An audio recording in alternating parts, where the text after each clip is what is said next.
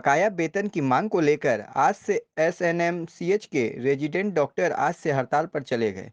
आपको बता दें कि धनबाद कोयलांचल के सबसे बड़े हॉस्पिटल जहां दूर दराज से मरीज इलाज कराने आते हैं, ऐसे में डॉक्टर्स हड़ताल पर चले जाएं तो उन मरीजों का क्या होगा। आपको बताते चले कि एसएनएमसीएच के सीनियर रेजिडेंट डॉक्टर अपनी बकाया वेतन की मांग को लेकर आज से पेन डाउन हड़ताल पर हैं। इस दौरान ओपीडी और इमरजेंसी सेवा बाधित रहेगी। कोई भी डॉक्टर सेवा नहीं देंगे। वहीं महिला डॉक्टर अलका ने मीडिया को बताया कि पिछले 5 महीनों से उनका वेतन नहीं दिया गया। थक हार कर आज हड़ताल का निर्णय लिया गया। उन्होंने कहा कि हड़ताल करना मजबूरी थी, जिसके चलते हम लोग हड़ताल किए, क्योंकि बिना पैसे का कोई कैसे काम कर सकता। कारण ये है कि हमें सैलरी नहीं दिया जा रहा है। 5 महीनों से आप सैलरी नहीं दे रहे हैं। हम लोग रिपीटेड नोटिस दिए हैं, रिपीटेड हम लोग रिक्वेस्ट किए हैं सर से कि हाँ सर, सैलरी को रेगुलराइज़ किया जाए, पर नहीं हो रहा है वो।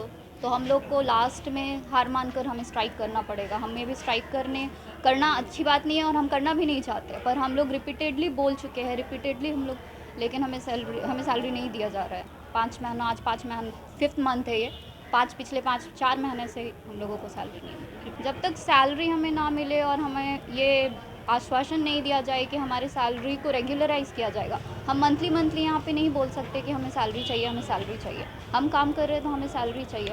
हमें हमारा भी एक्सपेंडिचर है, हमें भी पैसों की काम ज़रूरत होती है। हम नहीं ऐसे हर बार बोल सकते हैं। वहीं डॉक्टर मनी ने बताया कि बकाया वेतन को लेकर सुप्रिंटेंडेंट से लेकर हेल्थ सेक्रेटरी तक वेतन की शिकायत और मांग की गई, लेकिन किसी ने हमारे और ध्यान नहीं दिया। आज मजबूर होकर हम लोग हड़ताल किए हैं। उन्होंने कहा, जब तक हम लोग का बकाया वेतन नहीं मिलता हम लोग इसी तरह हड़ताल पर रहेंगे। हम लोग को जो है वो अभी कुछ कुछ जो एसआर हैं, ठीक है, उनको जो है वो जुलाई मंथ से भी सैलरी नहीं मिली है, और कुछ जो एसआर हैं तो उनको जो है वो विगत 2 महीनों, ढाई ढाई महीनों से जो है वो सैलरी नहीं मिली है। तो हम लोग जो है वो यही चाहते हैं कि हम लोग की मांग को जो है वो पूरी की जाए। लगभग जो है वो 30 जो है हम लोग सीनियर डॉक्टर हैं, सीनियर रेसिडेंट डॉक्टर। ओपीडी सेवा जो है वो बाधित रहेगी और इंडोर जो है वो बाधित रहेगा।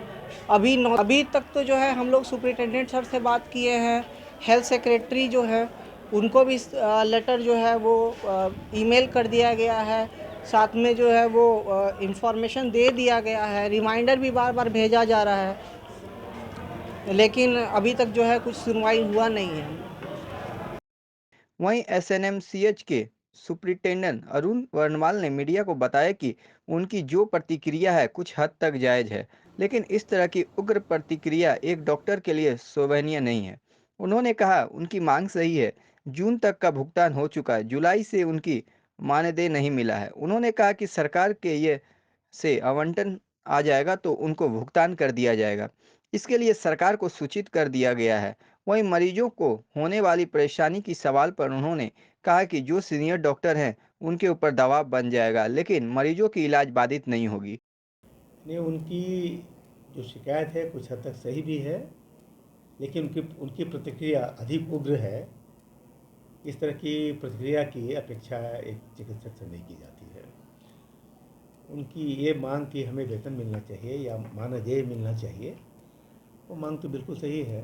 जून तक हम लोग उन्हें दे पाए हैं, जून से के बाद से जुलाई से उनको मानदेय नहीं मिल पा रहा है। बल्कि कुछ चिकित्सक हमारे यहाँ ऐसे हैं जिनकी पदस्थापना हमारे संस्थान में है, लेकिन उनकी प्रतिनियुक्ति अन्य संस्थानों में की गई है। तो उन लोगों को तो अप्रैल के बाद से ही भुगतान बंद है। सरकार के यहाँ से जब आवंटन आ जाएगा तो उसके बाद हम लोग उनका भुगतान कर देंगे। सरकार को हमने सूचित किया है कि ऐसा ऐसा परेशानी यहाँ हमारे यहाँ उठ रहा है, इस परेशानी को दूर करने के लिए सरकार इसमें अपना संज्ञान लेकर के दूर करें। देखिए, जो बाकी चिकित्सक बच जाएंगे उन्हीं के ऊपर ये दबाव रहेगा। रोगियों की चिकित्सा तो प्रभावित हम लोग नहीं होने दे सकते हैं। अब सवाल यह उठता है कि जहां 33 सीनियर रेजिडेंट डॉक्टर हड़ताल में शामिल हैं, ऐसे में मरीजों का इलाज कैसे होगी। ये तो भगवान ही मालिक हैं।